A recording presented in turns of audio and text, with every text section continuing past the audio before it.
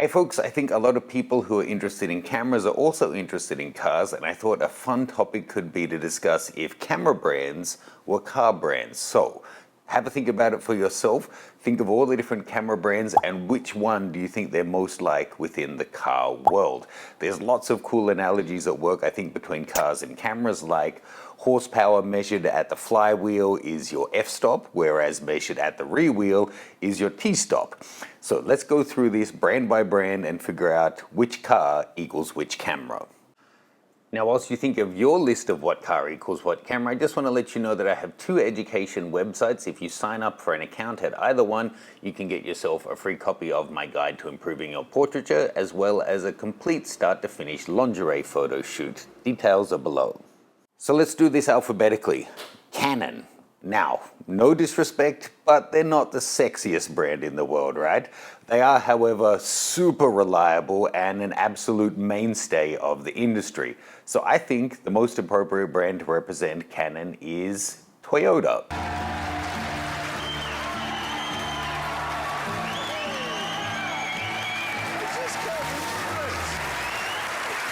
They have one of the broadest ranges on the market. They have equipment that just goes and goes and goes and never seems to die on you. And they're kind of a sign of reliability and just a safe bet.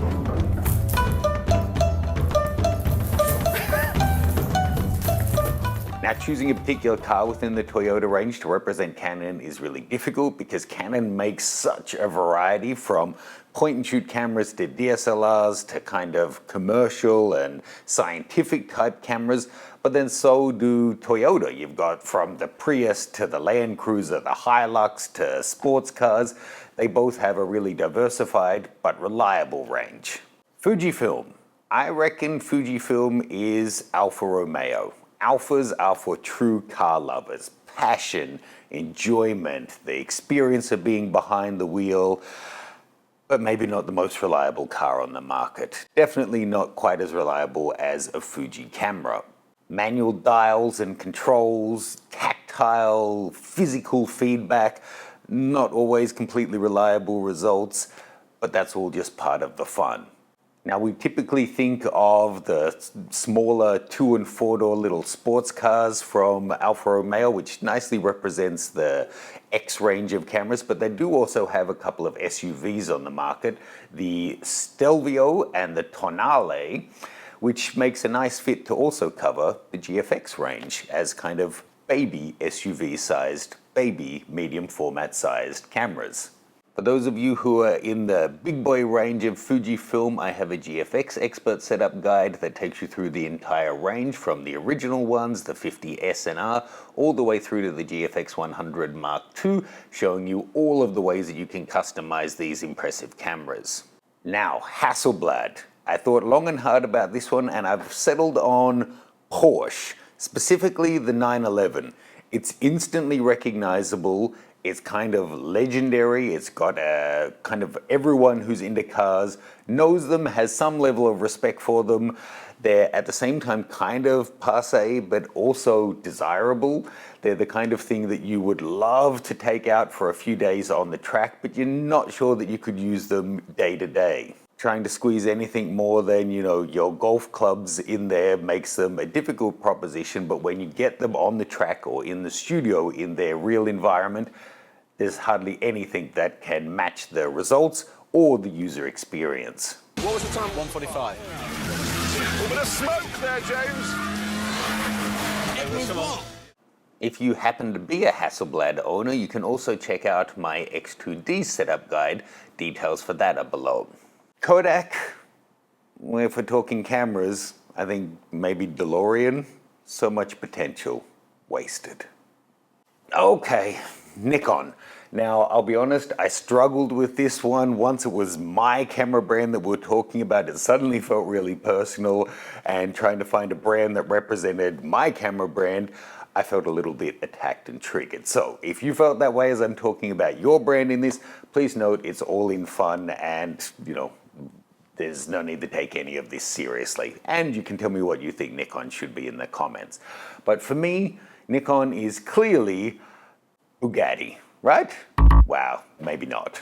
Look, as I looked through all the different car manufacturers, I was thinking something like GM or Ford, probably more GM, as completely not sexy, but again, industry mainstays, always have a seat at the table, but maybe even a little bit more traditional than Canon.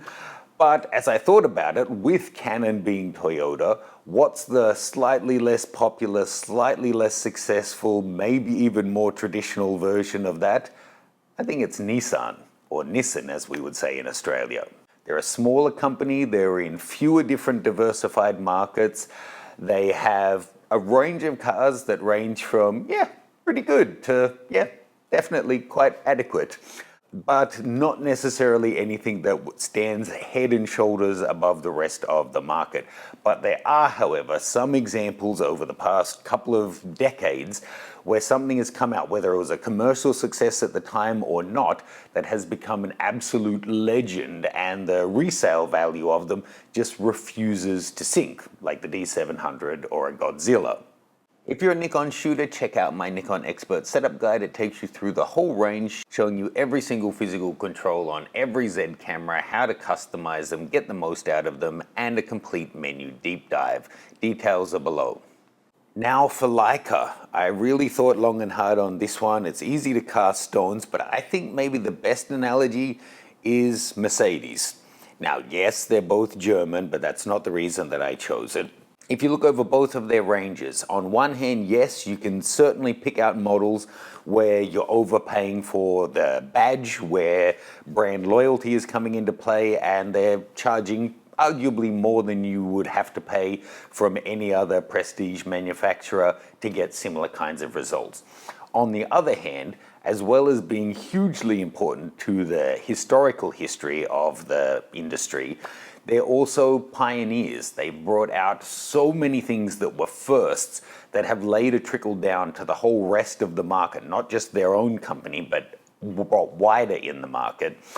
And they actually do have a hugely diversified range, from electric vehicles all the way through to transit vans and all kinds of stuff, industrial equipment. They also have some completely outdated and I don't see the point in them anymore designs that still have a cult classics following, that still have special editions come out all the time, that still are charging way more than something that's much more refined and gives you better results.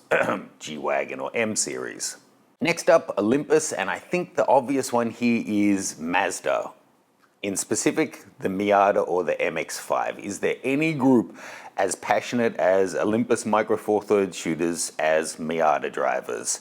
Sure, it doesn't have the same horsepower of any other sports car on the market, but you don't need it because it's so much lighter and more refined. You don't need all of the big accessories because the whole package is small and compact. It's well balanced and you can take it anywhere, and if you don't stop them talking about it, you'll be there for days. Panasonic, I think, is the Volvo of the photography market. They're just sensible. If you're looking to get professional quality video results at a semi-professional budget that has all of the things that you need without the bells and whistles that are just good for marketing, without any essence of sex appeal whatsoever, you want to get the job done, you don't want to spend a fortune, take a look at Volvo or Panasonic. Perfect for professional videographers or those driving through the European winter. Good choice, old chap.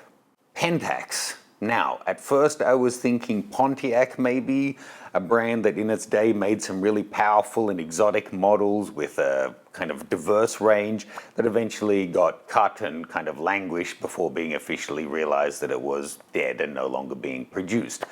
But I thought about it more and I think maybe this should go to Jeep.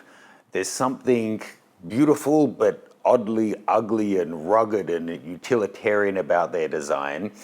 And if you've met Jeep drivers and their secret waves and handshakes and signals and network of, there's basically an owners club around the world that wink wink, if you know, you know. Is there any group more loyal than Jeep owners than Pentaxians? Phase one, I think maybe Maserati. And Maserati, I think, is my most lusted after car brand. What a machine, what a sound, what a user experience, what a headache. If you're a romantic, a purist who's looking for the ultimate user experience, you may just find it here, but you might also need a team of mechanics to travel around with you to troubleshoot it, to figure out all of the bugs. But when it does work, when it's not in the shop being repaired, we're actually able to get everything firing, performing as it should. Maybe the most enjoyable experience, but definitely some of the richest results and output that you can expect. The price? Well, for both of them, they do like to hide, but they will tell you if you really ask and promise not to bring up the topic of resale values. Lucky last is Sony, and who would you put as the Sony of the car world? I think Tesla. Now, it's not an analogy that works on every level, if no other reason than Tesla doesn't put out nearly enough car revision updates to match Sony, but in most regards I think it works pretty well. Both are pretty divisive within the market, both have hugely loyal user base and vocal haters as well. Both completely shook up the market when they kind of re-entered. I'm talking about kind of Sony in the NEX era, and they both pushed a lot of traditional manufacturers near to the edge of oblivion and a couple over the cliff. Both are software driven and have enough AI and user aids built in that you could basically take a nap behind the wheel, and they're both part of a huge conglomeration of companies that expand way beyond cameras and cars. So overall, I think Tesla matches Sony really nicely. What do you think of my list overall? I'd love to hear your thoughts. I'm sure there's some really funny analogies that you can come up with seeing the comments that you guys leave. Let me know your thoughts if you're into cars and cameras. Also let me know what's your one dream camera and your one dream car that you would take away for a long weekend. Cheers guys, let me know your list of what camera equals what car and check out the different education websites below.